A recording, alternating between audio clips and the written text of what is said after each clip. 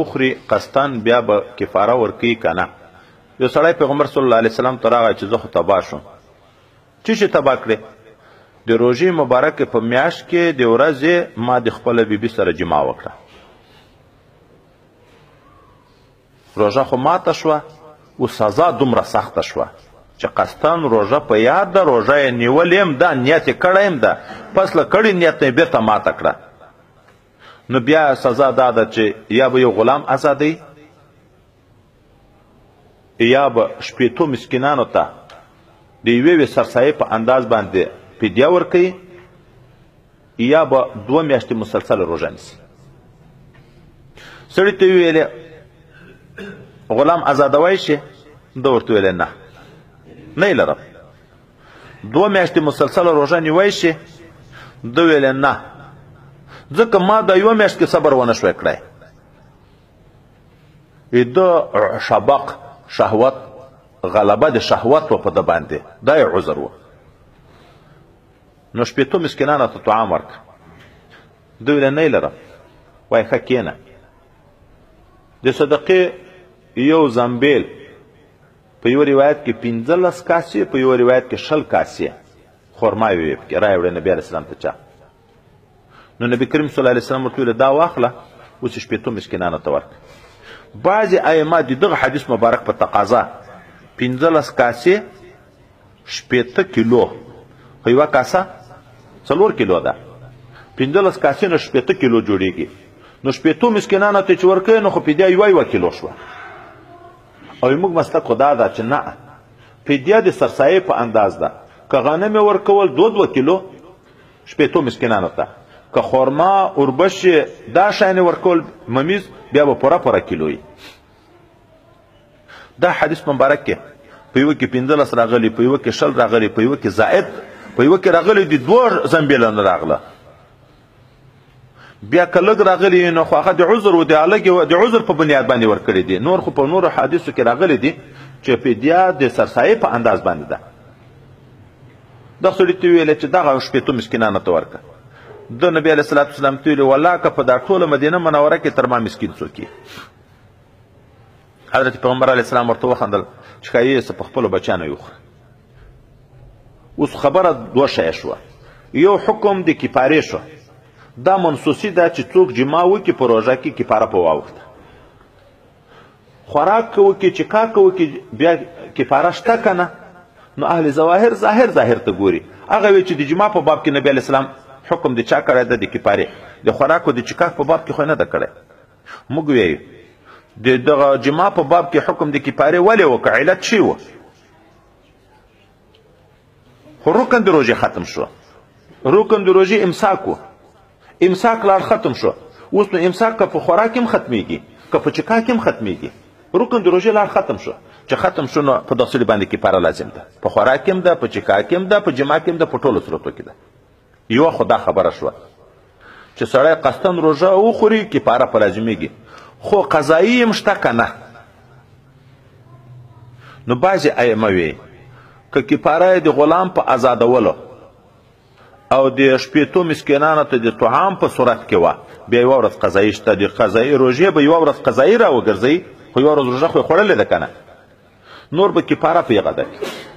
او که داسې و چې کفاره یې په د 2 میاشتو روژو ځان ته غوره کړه، نو هغه قضایي په دغو 2 میاشتو کې د مستقله بله روژه نشته. مختاره مسلک کې موږ دا ده چې نه، قضایي ځان ته ده، کفاره ځان ته ده. نو که غلام ازادوي م 1 روژه به قضایي نیسي، که 8 مسکینانو ته طعام ورکوي م 1 روژه به قضایي نیسي، که 2 میاشتې روژه یې د کفارې په شکل نیوم 1 روژه به قضایي م راګرځوي، نو 1 روژې به نیسي. یوه قضایي ده، هغه بله خو کفاره ده. دومه خبر دا چې دلته حکم د کفارې وشو، بیا دغه صحابي اظهار د خپل مسکنت وکړه. نبی کریم صلی الله علیه وسلم ورته ویل ښه په خپل اهل یې وخوره. کفاره په خپل اهل سړی خوړی شي که نه؟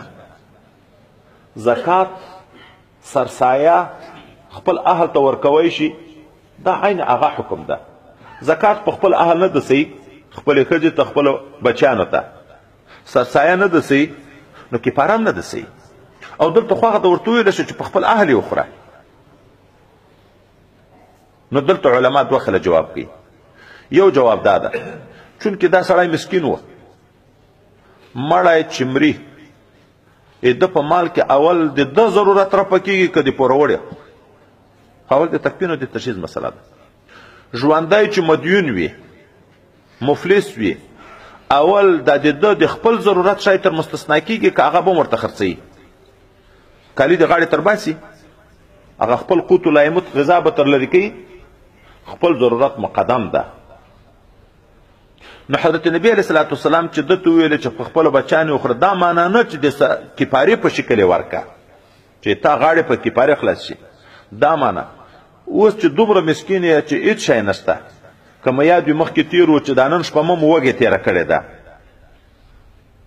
نو دا وخوره چې کله غني شوې کفاره به ادا کړي دا د حق د اختار د نفقې مقدم ده د خپلو بچیانو دا د کفارې په شکل نه چې ته یې ورکړې د کفارې په شکل باندې دوم صورت دا ده چې کفاره د خپل اهل ته د هغه اهل ته صحیح ده چې د هغه نفقه په تا نه یې واجب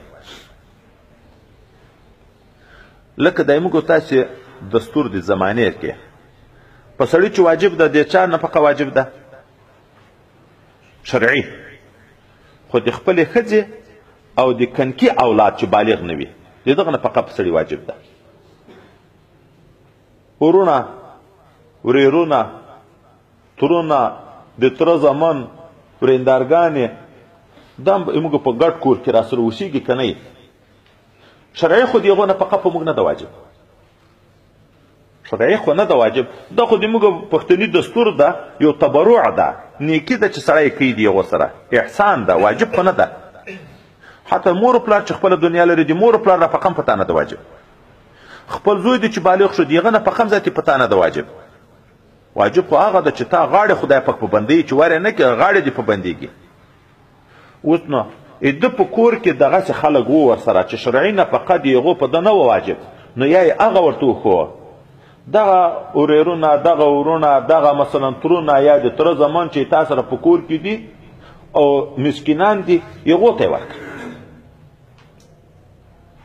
زکات بل سړي ته ورکول هم زکات ده خپل قریب ته دوچند ثواب ده که نه ده هم زکات هم وسیله رحمي ده نو داسې وکړه یا وایي په دغه شکل باندې ده چې که خپل کور ته د کفارې په شکل ورته ښولي بیا به په کور کې هغه اهل ته ښولي چې نفقه یې شرعاً په ده نه ده واجب او که نه د خپل اهل و عیالو ورته ښولي نو بیا د دغه وجه نه چې دا نفقه د خپلې کورنۍ در باندې فرض ده دا مقدمه ده تر کفارې ادا کول اول دا وکړه چې کله بیا غني شوې مالدار شوې بیا وروسته کفاره ادا کړه دا کفاره واجب موقت نه ده چې د وخت په تېرېدن باندې بیا قضا کیږي لکه سرسایه واجب موقت نه ده بل ورځ موږ ویلې بهتره مستحب خو دا ده چې د اختر په ورځ د اختر د لمانځه نه مخکې ادا کړي حتی په روژه کې ادا کوی شي خو که په هغه ورځ یې نه کړه ادا ذاتي خلاصه شوه خبره روژې میاشت شپږ میاشتې مخکې تېره ده خو نن هم چې هلته دې نه یې ورکړې ورکوې به یې کفاره هم دغسې ده موقت وخت ونه لري چې نن بس کفاره ورکړه